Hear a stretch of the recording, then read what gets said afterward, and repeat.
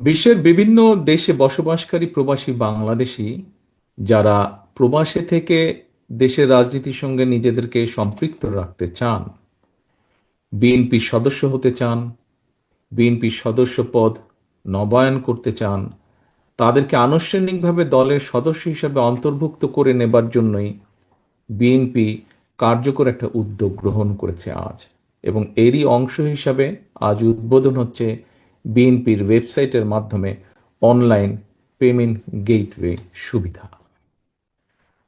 প্রবাসী বাংলাদেশিগণ দূর প্রবাসে থাকলেও অধিকাংশ প্রবাসীর পরিবার পরিজন দেশেই বসবাস করেন। সঙ্গত কারণেই রাজনীতির সঙ্গে অনেক প্রবাসীর সরাসরি যোগাযোগ বা সংযোগ না থাকলেও পরিবার সঙ্গে কিন্তু তাদের নিবিড় যোগাযোগ বা প্রতিনিয়ত একটা যোগাযোগ আছে। ফলে প্রবাসীরা দূর প্রবাসে থাকলেও তাদের হৃদয়ে কিন্তু 24 ঘন্টার প্রতিটা মুহূর্তই বাংলাদেশ। সুতরাং যেসব প্রবাসী বাংলাদেশিগণ সংশ্লিষ্ট দেশের বিধিবিধান মেনে বাংলাদেশের রাজনীতির সঙ্গে নিজেদেরকে সম্পৃক্ত রাখতে চান, তাদের জন্য সেই সুযোগ অবারিত থাকা প্রয়োজন বলে আমরা মনে করি।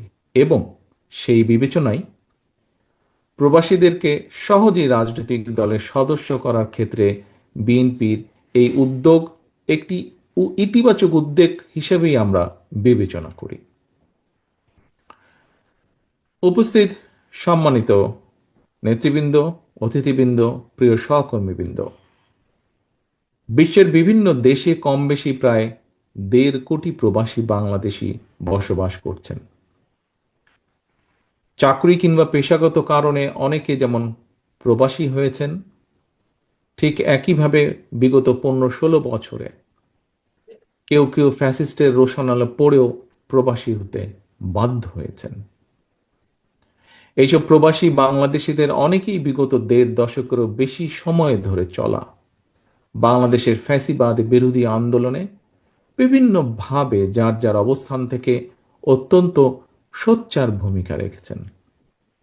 দেশে গণতন্ত্র এবং মানবাধিকার প্রতিষ্ঠার আন্দোলনে নিরলস ভূমিকার জন্য আমি প্রবাসীদেরকে জানাই, প্রবাসী সকল ভাই বোনদেরকে জানাই আন্তরিক অভিনন্দন। প্রিয় প্রবাসী বাংলাদেশি ভাই বোনেরা, বিশ্বায়নের এই সময়ে বিশ্বের এক দেশের মানুষ অন্য দেশে চাকরি, ব্যবসা, বাণিজ্য কিংবা বসবাস করবেন,